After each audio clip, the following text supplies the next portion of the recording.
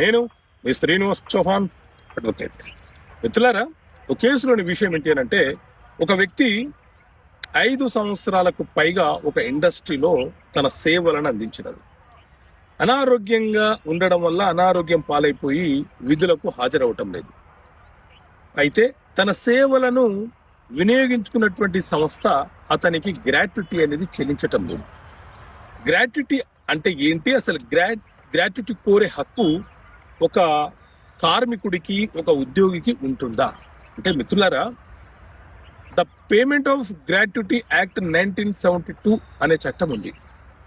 ఈ చట్టం ప్రకారంగా ఎవరైనా, ఒక కార్మికుడు, ఒక ఉద్యోగి ఏదైనా ఒక ప్రభుత్వ సంస్థలో కావచ్చు, ఒక ప్రైవేట్ సంస్థలో కావచ్చు, ఒక పబ్లిక్ సంస్థలో కావచ్చు, 5 సంవత్సరాలకు మించి తన సేవలను వినియోగించుకుంటే అతను